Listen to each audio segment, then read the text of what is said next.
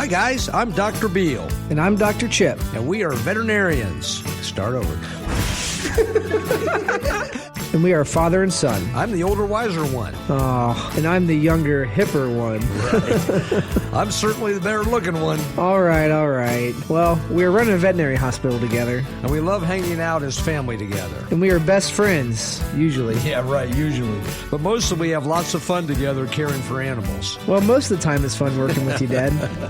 We really do a lot of things together. I have pets at home. And I have pets at home too. Pets that can be a challenge, both behaviorally and medically. That is why we decided to do a podcast together about the realities of pet care. Called Vets Talk Pets. It's a place where we will share tips, tricks, and cutting-edge science about pet care. And maybe a little family stuff, too. So if you want help with all things pet care, join us as Vets Talk Pets. Here we go. Hello, and welcome back, finally, to Vets Talk Pets. We have been on a little bit of a break. There's been some remodeling going on in our studio, so we're in a new location. Yeah, we've been busy at the office, too. It's just been kind of a crazy time period here, so it's good to be back. Well, yeah, I'm in my second year of practicing, and I always heard, summertime is the busiest time of year, but my first 2 years, I'd say the fall's been the busiest. We have been very busy here in September and October, haven't we? We have, But we are back and very excited. Today we're going to be talking about seizures, which is a very broad category, but looking forward to sharing some of our experience with that. Seizuring dogs, I've seen thousands of them over the years, and I don't know if it could be either a bland topic or a very exciting topic, because, boy, when a seizure happens in your dog, things get exciting really quick. And I kind of wanted to dedicate this particular show, if you don't mind, to our own family dog who passed 2 years ago, Carly. Most of the people in Springboro, at least that were associated with Springboro Veterinary Hospital, knew Carly. She was a very, very popular dog, a very good dog. Passed, like I say, 2 years ago, and I still miss her every day. We talk a lot about Rosie, our new dog, and we're loving her. She's still a puppy. We miss Carly, and the reason I want to dedicate this show to her is because she did have seizures. Her diagnosis was epilepsy, and we'll get into the different types of seizures during the main body of the show. Be careful here, I don't cry, because it kind of makes me sad. I miss her a lot. So we'll talk about seizures and dedicate the show to Carly. All right. Well, yep, Carly was my dog, too. I got her when I was in high school. So on a different note, lighter note. Please. I love Christmas. And I have to ask you a question. Sure. Are you a before Thanksgiving Christmas music person or an after Thanksgiving music person? That is hilarious. I did not know you were going to ask that question, but just yesterday in the office, you went to a preschool yesterday with Rosie. Yeah. So I was in the office in the morning by myself with the staff, and they were playing Christmas music, and I walked through the waiting room and says, you know what? If it was up to me, we would play Christmas music year-round. Yes. Thank you. I have the staff on. Halloween was over. The very next day, we were listening to Christmas music. 99.9% of Christmas music is always wholesome and good and has a great message, either holiday or Christian, and I love both. Yeah. So, yeah. Well, good. We'll settle that then. So, Christmas music at the office? Year-round. All right. All right. Well, let's get into our show. But before we do that, we need to go do our cool pet discovery. Helping you enjoy your pet more. Here is Julie Beal with this week's Cool Pet Stuff Discovery. What do you got for us this week, Julie? Well, hi, Gary. I have one of my favorite things that I've ever bought for a pet. And it's not super cool, but it's super practical. It's called Messy Mutts. And what it is, and you've probably seen them, it's... I definitely see them every day. Yeah, we have one. It's a doormat for your dog. And so when they step on it, it absorbs all of stuff on their feet. But it's very heavyweight. And I have bought tons of these, and I've been disappointed, and finally have found one that really, really works. You haven't bought tons of Messy Mutts. You've bought tons of similar products. But we could use a few more Messy Mutts. Well, no, not really. Yes. But so anyway, so it's a mat, and it's like microfiber, and it looks like lots of little strings coming out. I know you've all seen them, and I didn't really think, I thought, one is just like another, but they're not. They're not all the same. Because I went to reorder it and I reordered the wrong thing. Right. And I reordered the wrong thing again and again.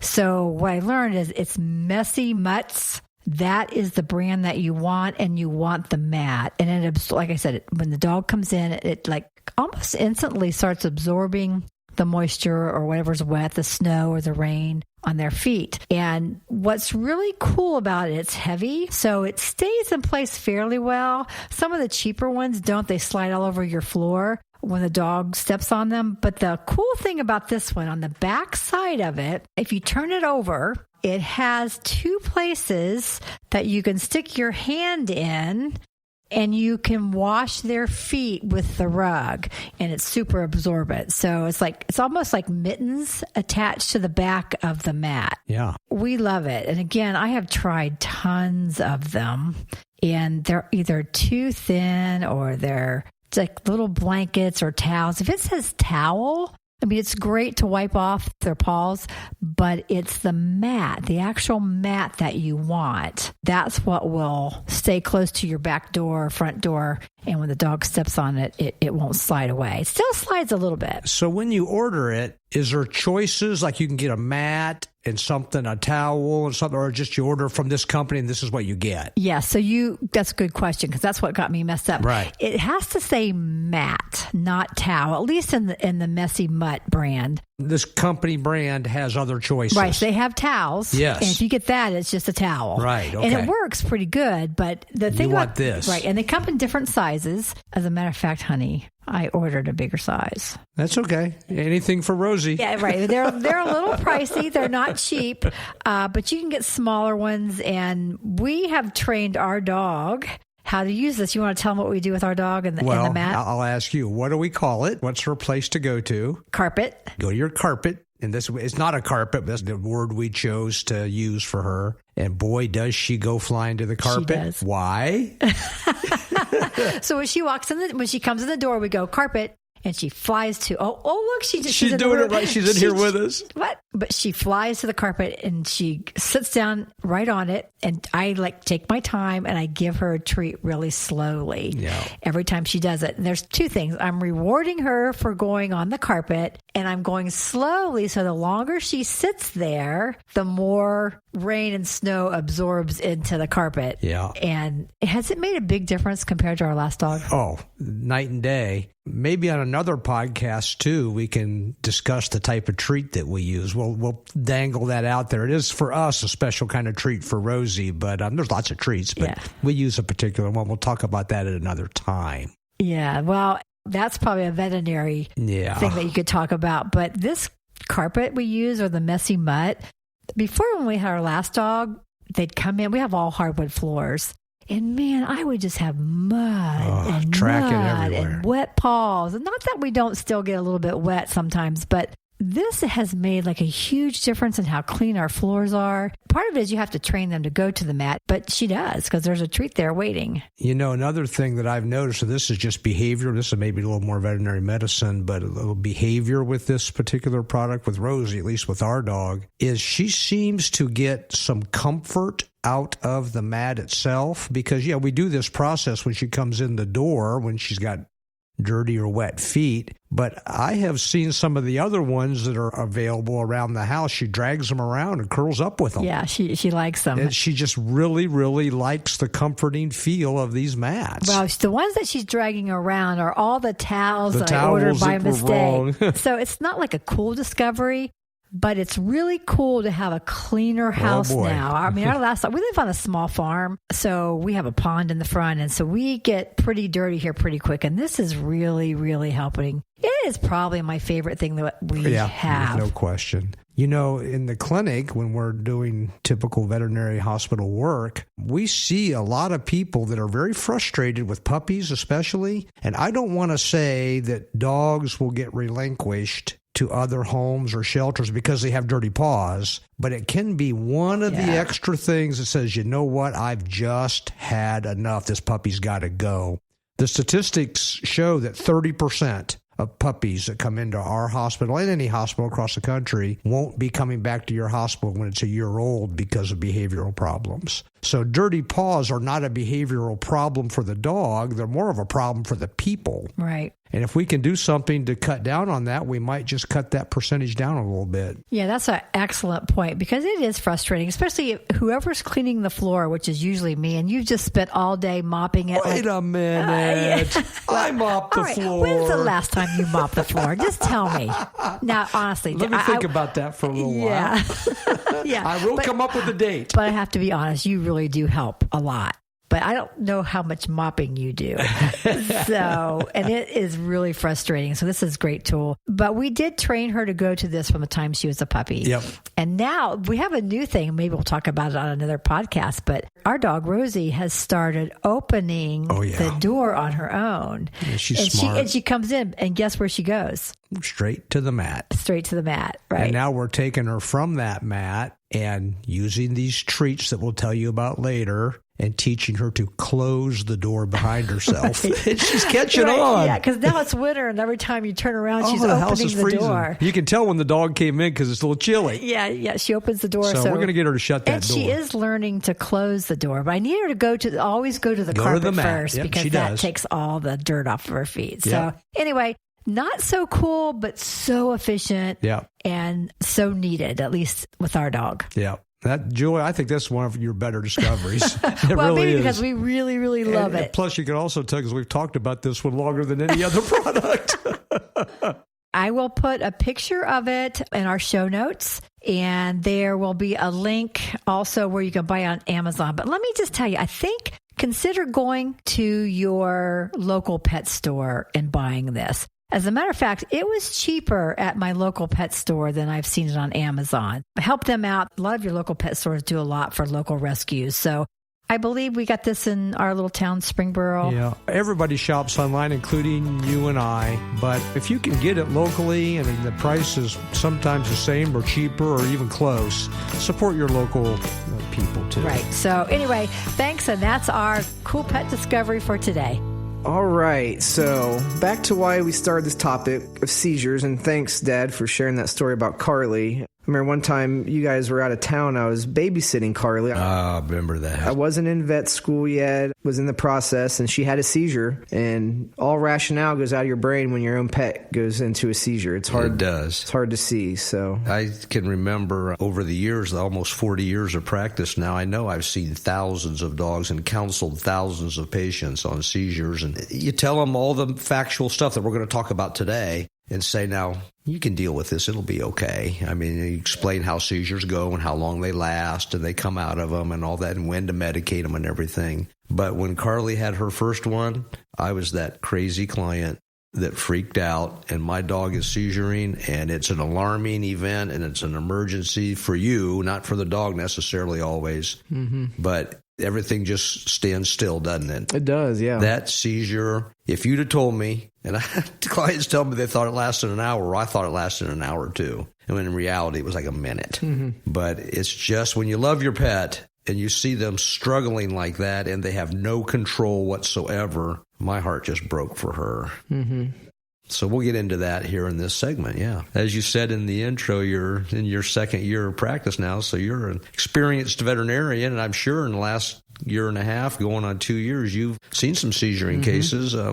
What do you think? When I think of the word seizure, it can be kind of overwhelming, so I try not to jump ahead of myself. A seizure is simply a clinical sign. A seizure is not a diagnosis. Keep that in mind because you want to go straight to the problem, but it takes a while to get to the source of the seizure, and oftentimes you don't get to the bottom of it. So to me, a seizure is a sign that something is wrong. And we can start talking with the causes. I think it might be more beneficial to talk about what do pet parents do at home when their pet has a seizure. I think that's a really, really good idea because that's what's really important at the moment. Yes. And then we'll get them through that seizure, get them into the office and talk about the event, and then talk about trying to figure out what caused it. Yes. I agree. So I can tell you what, having a little bit of experience with telling people about seizures. When Carly had her first one, I mean, I was, like I said, kind of freaked out and everything, but I did know what to do. Yeah. And really and truly, it needs to be just hands off. Because in reality, 90+% of these dogs that seizure at home like that are going to get over it fairly quickly, within a minute to a minute and a half, maybe 2 minutes, and they'll come out of it and they'll just stabilize. Yeah. So if you just can kind of control yourself during that time and let it happen, it'll be okay. And as she had more and more throughout the years, we knew that. We just, you just kind of get used to it as a pet parent of a seizuring dog. Our cats have seizures too. But I think one of the main things you need to tell people is there's an old wives' tale out there that I tell people about, that they'll swallow their tongue. Well, they will not. But because people think that, they'll try to reach their hand in the dog's mouth while they're seizuring. And that is a big mistake, because you will get bit, but the dog is not biting you. It's involuntary chattering of the mouth is part of the seizure. And as the mouth opens and closes and your hand is in there, you're going to think the dog's biting you, but it's not. It's just an involuntary seizure reaction. So just do not put your hand in a seizuring dog's mouth. That's for sure. Don't do that. And the other thing is, if you have like a multi-levels on your house and there's stairs or something like that, or a deck or whatever, just keep them from hurting themselves, because they're going to be laying on their side and their legs are going to be moving and their mouth is going to be moving. They'd probably be salivating and maybe urinating. Just kind of keep them from hurting themselves, like falling down the stairs or falling off of a deck or off of a ledge or anything like that. Just let it happen and keep them from hurting themselves, and don't put your hand in their mouth. And then when it's all said and done, call us. Right? Call us, or just come to us, or and just call come us in. Yeah. on your way. Now, can I just say, if I know you think it lasts a long time, but if it doesn't quit, it just doesn't quit. That's a life-threatening emergency, and you need to get either to us or to the closest vet or closest emergency clinic right away. Yep, I had one of those a couple weeks ago. Did you? Yeah. I did not know that. Yep, on urgent care. And it came in, it seizured at home, seizured the whole way to the clinic. Wow. Seizured the whole time with me. I stabilized it, and then I was able to stabilize it to go to the 24-hour care. Yeah, that's life-threatening. That doesn't happen too often. No. They usually come out of it. Term for that, status epilepticus or grand mal seizures are dangerous. So, I mean, if you've got the wits about you during a seizure, look at your clock or look at your watch. And if it goes on for more than 2 minutes, now you're getting into a dangerous category. You've used the word epilepsy twice now, and a lot of people will use those terminologies, seizure, epilepsy. I think it's important to know the difference between the two. A seizure is the event. Correct. Epilepsy is when it reoccurs. Like Carly, she had a history of multiple seizures, so she became epileptic. Correct. I have found that diagnosis of epilepsy it's very common in seizuring dogs, and it's usually a diagnosis of exclusion, meaning if nothing else is causing the seizure, then it's epilepsy, which is what we call idiopathic. I know it's a medical term, but seizures for no explainable reason is idiopathic or epilepsy of unknown cause, and that's what Carly had. And that's what most of my seizuring dogs fall into that category after we do our testing and stuff. Yeah. So once we get them through the event, I think that was wise to talk about getting them through the event. And they get into our office and they're over it. What do we do next? Well, let's talk about idiopathic epilepsy. It has a common presentation to it also, which is an age group of being anywhere between 1 and 5. Yep. So what we do next, as long as the dog is stable and recovered, we start ruling out causes of what this could be. And the first thing we do is blood work, because there's multiple causes of seizures, and I categorize it into 2 different things. Intracranial, meaning something inside the brain that's causing the seizure, or something outside of the brain, which is the rest of the body, like a low blood sugar, liver disease, toxins. It's important for us to get good histories from the client of how this happened. Did they get into anything? Has this happened before? Those type of things. That's exactly how I approach it too. And breed is something as veterinarians always consider too, because there's the common breeds like pugs. Pugs have something called pug encephalitis. So if it's a pug, we're going to do our due diligence and rule out curable causes, but keep those type of things with breeds in mind. So we do the blood work.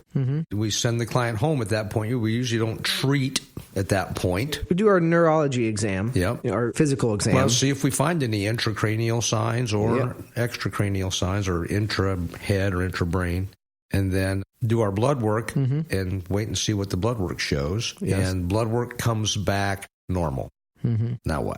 We have a long conversation with the owner, and if it's a first-time seizure, let's say it's a 2-year-old golden retriever that presented to us for having a seizure just one time at home, the physical exam's normal, the blood work's normal. We talk to the owner and say, okay, we do not know why your dog had a seizure, and we're confident that it didn't get into any toxins like gum or chocolate or anything like that. Then we say, your dog could have the idiopathic epilepsy that we talked about, which means it's basically a fancy word saying a seizure for unknown reason. Correct. We say, if this happens again more than 2 times within 4 to 6 weeks, then come back and we start talking about long-term management medications. That's exactly right. I call it, we put my patients on seizure watch and tell my clients to get a calendar out and mark it on the calendar or put it in your iPhone. Every time you see a seizure like that, we need to know because, you're recently graduated. I graduated 40 years ago, but I can remember clearly in school. You can back me up if this still holds or not. We have not talked about this, but I was taught that if they have a seizure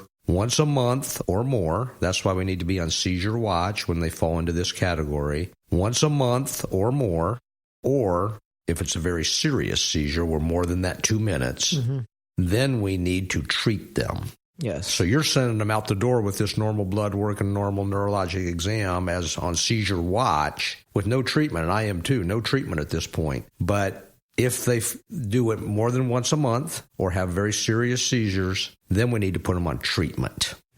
Now, Carly, I want to say, she had like 3 seizures a year. So she was just always on seizure watch. She never took any medication. Yeah. But many of my patients will call us back 2 weeks later and say, had another seizure, doc. Well, now we're getting into the frequency category, and we consider putting them on meds or medication for that. And how many different kinds of seizure medications are there? More and more all the time. Phenobarbital, potassium bromide, Keppra. Yeah. People throw in gabapentin and CBD oil, that kind of stuff. I have a question, and I'm really just questioning you. I don't know. Yeah. Keppra, that used to be really, really expensive, but I'm seeing more and more people on it that are coming from other veterinarians and stuff, or from the neurology specialist. Has the price come down on that or something?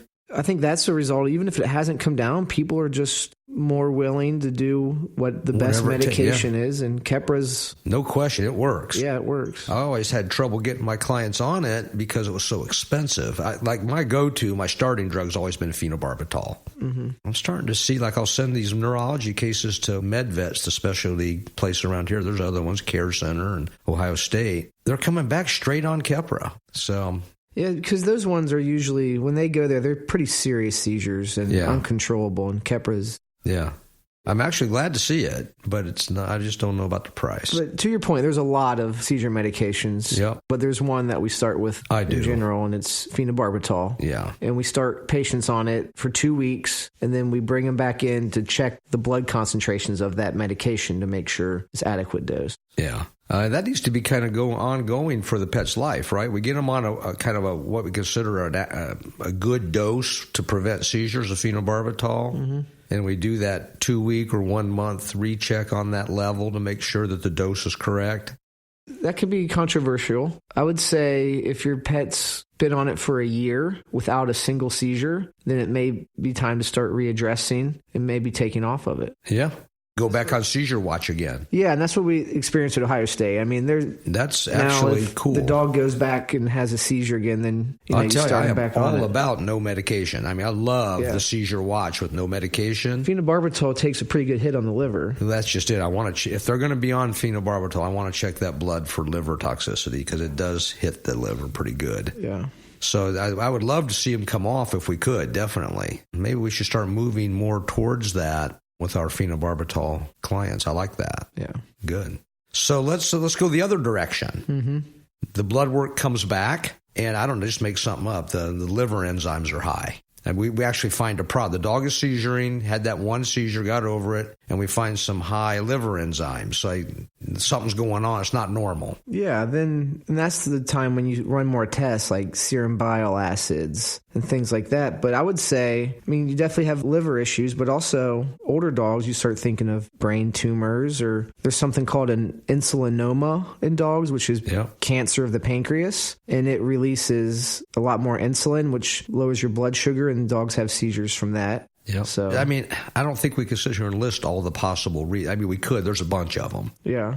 So if we get abnormalities in that blood testing, we're going to need compliant owners that aren't just going to expect to go on a pill and get better right away. We're going to have to start digging into this and finding out why. So I always hope when we do that blood test that we don't find anything and we can go down that epilepsy path, because sometimes what we find is not always good. It's oftentimes cancer's involved. Veterinary medicine, there's so many good things happening. Neurology specialties are really good, and getting an MRI, CT scan, those type of things is the next level medicine to kind of figure out what it is. And it can help a pet parent find out why, and maybe help with prognosis and how you want to make your decisions on quality of life, those type of things. It's actually way more readily available now than it ever has been for pets. It's right here in Dayton, Ohio, where we are.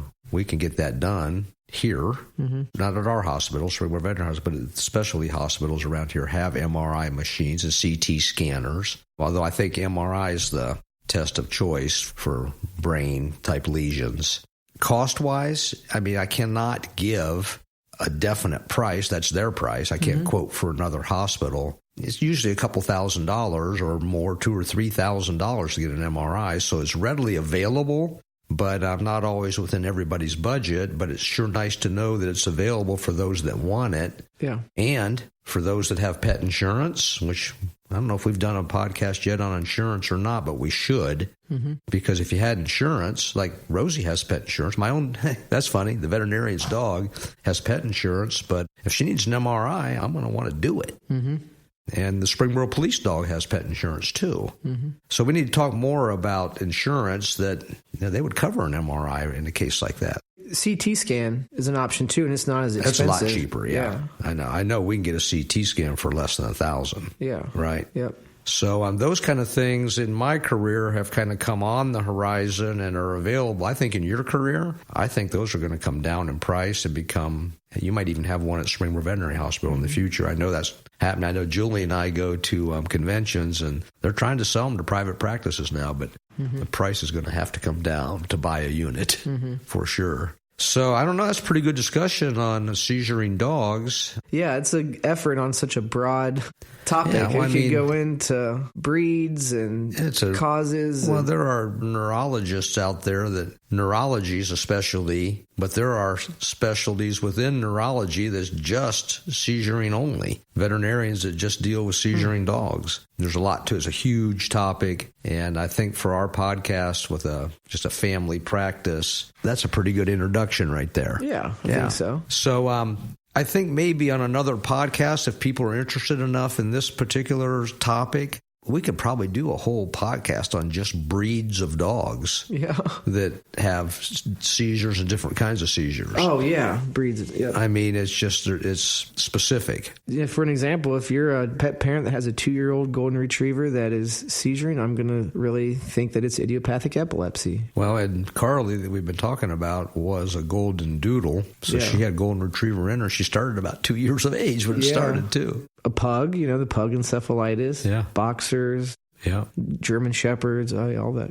I think we can probably go into the case of the week. Sounds great. This is a good part of the segment. Everybody seems to like this segment a lot on our podcast when we pick a case of the week that we've been dealing with. And if you've listened to the podcast this far, you know that our topic this episode was seizures. And we have had a very interesting seizure case this week. As a matter of fact, I'm not going to be able to give you a conclusion on it because it's still going on, but it's been a very, very good case. We had an older boxer brought to us, couple weeks ago for seizuring. And the same thing that we talked about in the episode is just he had a seizure and got over it and came to us and wanted to know what to do about it. And we did exactly what we talked about in the episode. We did some blood work and put him on seizure watch, and the dog seizured some more. And so we tried him on some medication, and the seizures wouldn't stop. So we said, you know what? This is a really good client, and we want to make sure that we get everything possible for this dog. Let's get it to a specialist, to a neurologist. And we're fortunate enough here. We're in Springboro, Ohio, which is a south suburb of Dayton, Ohio. And Dayton, Ohio has a neurologist at a specialty clinic. So we went in, and we know him. We refer a lot there. So we called the doctor there and wanted to know if we could get our client in there to see him. And they got him in pretty quick because the dog was actively seizuring. And did their neurologic exams, did some further testing, and put him on that drug that we were talked about called Keppra, and that wasn't stopping it either. So they want to do an MRI, and we talked about an MRI in the last episode. And we're getting an MRI done this week. I think this is, what day of the week is this? Wednesday? We work 7 days a week. This is Wednesday. I think Friday of this week, the MRI is getting done. Yeah, good. So it's been pretty much, this case of the week has been pretty much an exact scenario of what we talked about in the episode. And this MRI, we're pretty sure it's going to have what we call an intracranial lesion. And we're going to be able to document that further and see the extent of it. And it's going to help the client with what we call prognosis, meaning how bad is this? Yeah. And what kind of an outcome can we expect? Yeah. So, interesting case of the week, and ties in really good with the episode. Yeah, and it's a good example of one where we have an age of the dog and a breed, and we were already kind of thinking that route, and luckily the pet parent is allowing everybody to do what they need to do to get the answer. And boy, kudos to the client, because they're going all the way with this one. They're excited about figuring out what's going on and doing everything they can. Even if it comes out a bad prognosis, you know what they told me? They said, well, at least we'll know. And just knowing means a lot. Yes. So, yeah. Wow. Yeah. Wow. I got chills because that's a great. Yeah. Yeah. Great case. So that's our case of the week, and we can probably wrap this episode up and call it a success, because I think we've probably given some information that's going to help some people. Let's end it like we started it. I'm obsessed with Christmas music. Would you like to sing a song? No. What is your favorite Christmas song of all time? I don't even have to think about it. Silent Night. Silent Night. And I'm happy to sing it, I could have guessed. No, I'll do the audience a favor. Silent Night. All right, well, you going to ask me mine? I'm afraid. It's probably something like Rudolph the Red-Nosed Reindeer. No, that's my son's. The other day I was in the car and had Christmas music on just lightly, and Rudolph was on. He told me to turn it up. He's only 4. He said, turn up the radio. No, I love that. No, my favorite song is It's Beginning to Look a Lot Like Christmas by Michael Bublé. Oh, that's a great song. It's a great one. I agree. Yeah. Stay tuned to our podcast. You can look for us. I never can remember those places. Yeah, Apple iTunes, Google something. I like the idea of just wherever you find popular podcasts, that's where we'll be. Yeah, I listen to iTunes. I don't know. Everybody's different, but yeah. Cool. All right. Well, thanks, guys.